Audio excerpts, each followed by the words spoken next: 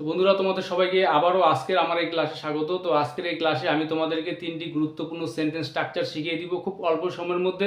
এই তিনটি sentence স্ট্রাকচারকে follow করে তোমরা প্রচুর প্রচুর সেন্টেন্স তৈরি করতে পারবে, যেটা তোমাদের ইংরেজি স্পিকিংয়ের জন্য খুবই কার্যকর হবে।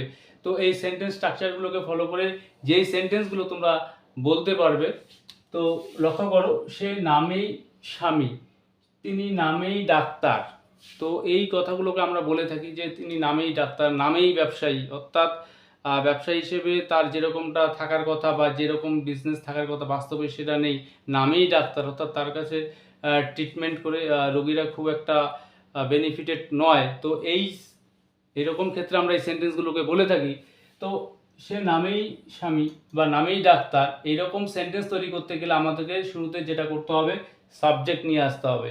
আর এই যে সেন্টেন্স দুটি বললাম, দুটি সেন্টেন্সই কিন্তু প্রেজেন্ট টেন্সে রয়েছে। তো প্রথমে আমরা সাবজেক্ট নিয়ে আসবো, সে নামেই স্বামী।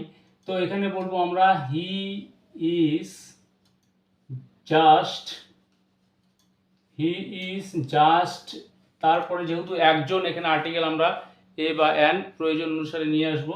তো he is just a so called, he is just a so called. তো সো কল্ড শব্দের ক্ষেত্রে অলওয়েজ আর্টিকেল এই হবে, যেহেতু এ সেখানে কনসোনেন্ট রয়েছে। তো he is just a so called husband, অর্থাৎ সে নামেই স্বামী, অর্থাৎ স্বামী হিসেবে তার যে কর্তব্য দায়িত্ব সেটা তিনি পালন করেন না। তো এরকম সেন্সে আমরা এই কথাগুলোকে বলে থাকি। তো কি, তো আমাদের নিয়ে আসতে হবে সাবজেক্ট, তারপরে বি ভার্ব জাস্ট এ, তারপর নিয়ে আসতে হবে সো কল্ড। এই সো কল্ড শব্দটির অর্থই হচ্ছে নামেই, তো শুধু নামেই। তারপর he just a so called husband. তো ঠিক একই নিয়মে পরের সেন্টেন্সটা আমরা তৈরি করব, তিনি নামেই ডাক্তার। তো এখানেও সেম, হি বা সি আমরা নিয়ে আসতে পারবো প্রয়োজন অনুসারে। তো এক্ষেত্রে হি বা সি দুটোই হতে পারে। তো he is just, he is just a so called, he is just a so called doctor, তিনি নামেই একজন ডাক্তার। তো এই যে দুটো সেন্টেন্স তৈরি করলাম প্রেজেন্ট টেন্সে, এই সেন্টেন্সগুলো কিন্তু আমরা পাস্ট টেন্সও বলে থাকি, অতীতের কোনো ঘটনার উপর বেস করে, যে তিনি তো নামেই স্বামী ছিলেন, বা অর্থাৎ বাস্তবে তার যে কর্তব্য থাকার কথা সেটা তিনি করেননি। তো সেক্ষেত্রে হি ওয়াজ বলবো আমরা, he was just a so called husband. তো প্রয়োজন অনুসারে সাবজেক্ট হিসেবে আমরা ওয়ারও ব্যবহার করব। তো নেক্সট, সে ঘুমানো ছাড়া কিছুই করেনি, অর্থাৎ তার কাজটাই ছিল শুধু ঘুমানো। তো পরের সেন্টেন্সটি, সে টিভি দেখা ছাড়া কিছুই করেনি, কাজটাই ছিল শুধু টিভি দেখা। এবং দুটো সেন্টেন্সে পাস্ট টেন্সে আমরা পাস্টের ঘটনার উপর বেস করে বলে থাকি, এবং দুটো সেন্টেন্সে negative sentence.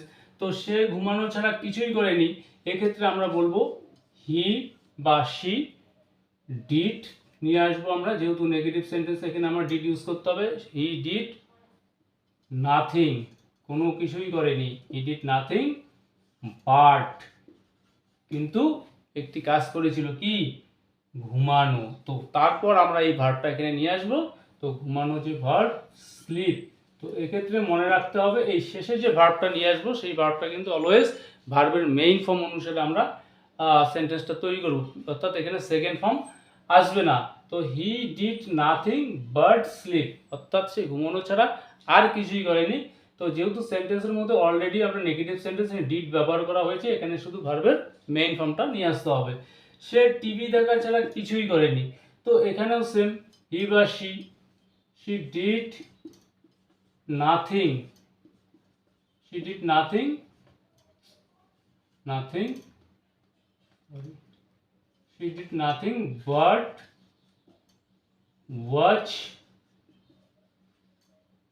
TV, she did nothing but watch TV.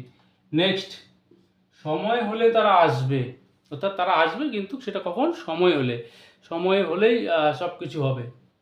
তো এইরকম ক্ষেত্রে সেন্টেন্সগুলোকে আমরা কিভাবে তৈরি করব? তো সময় হলে তারা আসবে, সেন্টেন্সটা সিম্পল ফিউচার টেন্সে রয়েছে।